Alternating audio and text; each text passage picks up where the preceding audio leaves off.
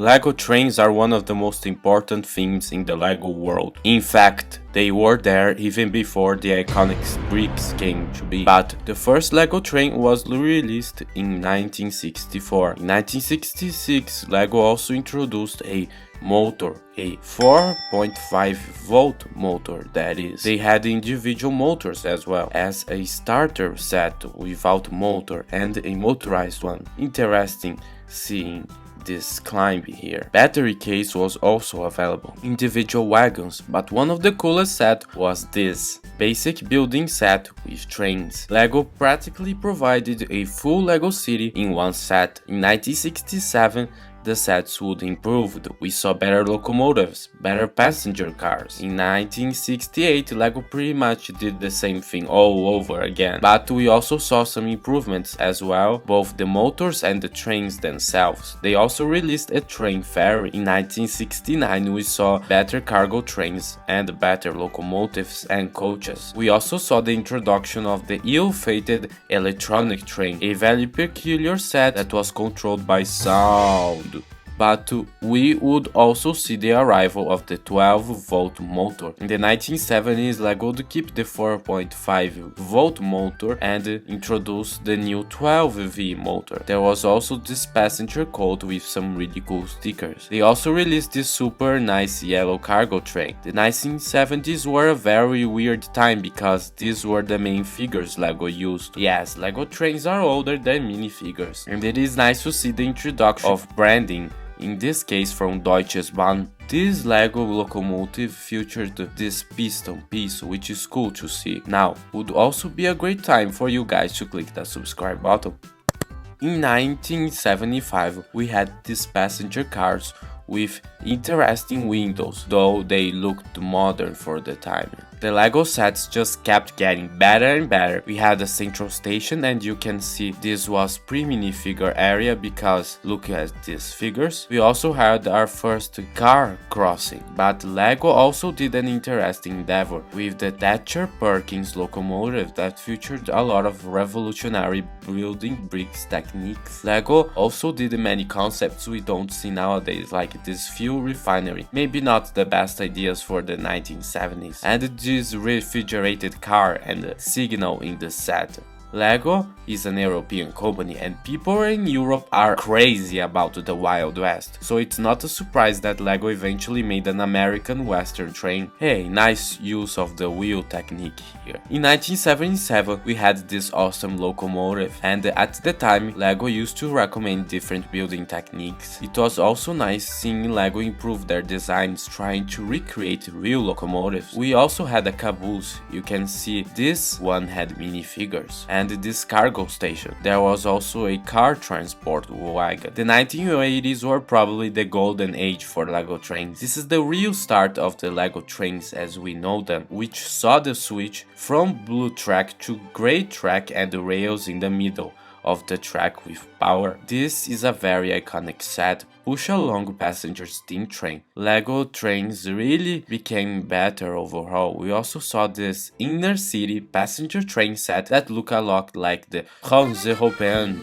Express. We'd also see some expansions of these sets and add-ons later on. The steam trains would also see modifications, now being more German-esque. Nice to see a blue train here. And this push-along locomotive that later would be remade nowadays as a gift we purchase. Lego kept making additional sets to expand your trains. We also saw a new railway station very similar to the Lego City one nowadays. Lego did this electric passenger train that was all red. Freight steam train with this car and this diesel locomotive that looked awesome. This maintenance wagon showcased the people that work daily on the railroads. Lego also made another train station and still kept the red color scheme. Is this freight loading depot giving you deja vu? And Lego also had this best road crossing ever with remote control. Lego kept making the same things for a while, and sometimes they would change a few things. One of the coolest sets was the,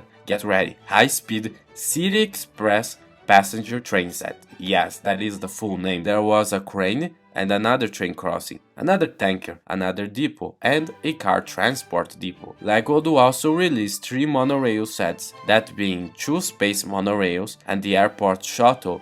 Also, there was a 4th one planned that never happened. The 80s were a great time to be a LEGO train fan because LEGO released so many sets. It was stuff that we just kept getting and getting. Wouldn't it be cool if LEGO did small sets with separate coaches nowadays? The 1990s would bring many changes to the LEGO train system. First off, the 12V volt was replaced with 9V volt, meaning that the middle parts were removed and those metal parts that conducted the electricity were now at the rails themselves, like many model trains you see out there. The most iconic set at the time was the Metroliner, a set that just looks great. They also did have a bi-level coach that you could buy separately. They also had this Hooper car, the school railroad tractor, another level crossing, a road maintenance vehicle, this LEGO crocodile locomotive in red, and this awesome yellow station. Don't worry, they would also release one in red. They had this classic load and haul railroad, another tanker but without the Shell branding this time, so climate activists don't need to be angry. This hauler that its design is still used to this day. They did more maintenance vehicle, more cargo stuff, more cargo stuff, more cargo stuff, cargo station. This level crossing that I liked so much. Now, the end of the 1990s were a very weird time for LEGO, as that they were entering their dark ages, and LEGO trains started to look weird, like this cargo railroad, this freight train, and this train from time cruisers that got a bit twisted. The classic train might be the only realistic thing here. We also got this Mr. Freeze-esque train that just looks totally weird. A new station was released and yes, kept the red color scheme. The new millennium brought to us a new LEGO theme. My Own Train. This theme includes customizable train colors, freight wagons, locomotives, cabooses, wagons, and tankers. They also did many sets like these two, but the most famous was the Santa Fe, that you could buy separate wagons in different boxes so you could make as big a train as you want to. They had this cool locomotive as well. In 2003, LEGO had a theme called World City that would later evolve into LEGO City. But they did this fantastic high-speed passenger train set with another locomotives and cars sold separately, and a very weird cargo train as well, and for the second time a yellow train station, and there was also a train shed that nowadays is really expensive. I did a video on very expensive LEGO sets, I recommend you check it out. And they also did another level crossing, but this would be the last one to feature a control area. LEGO also started to have more licensed train sets. We got many Hogwarts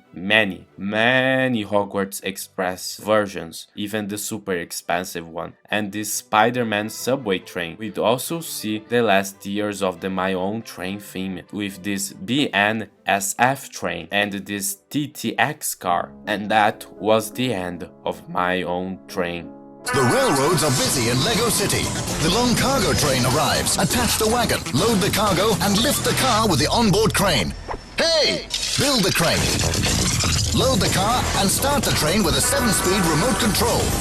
The train collection from Lego City. New technology. 2006 would see many changes to the LEGO train system. First off, 9V was gone. The train tracks were removed and replaced with plastic ones that we know nowadays. The train would be powered by batteries and a remote control. LEGO has had 3 versions, so let's go with them. The first one released in 2006 with this huge part for the batteries that was already attached to part of the chassis and this nice controller. The second version would have a separate battery box and a connector for the remote control that looked a lot more industrial this time. LEGO would remove the connector and make a Bluetooth one included in the battery box, but now you can control your train via an app on your cell phone. But some sets also included a controller, and since then we have had not that many Lego trains as we used to. The first one of these new trains was this ice-inspired passenger train and this Crocodile Deluxe cargo train that I both like the design of them. And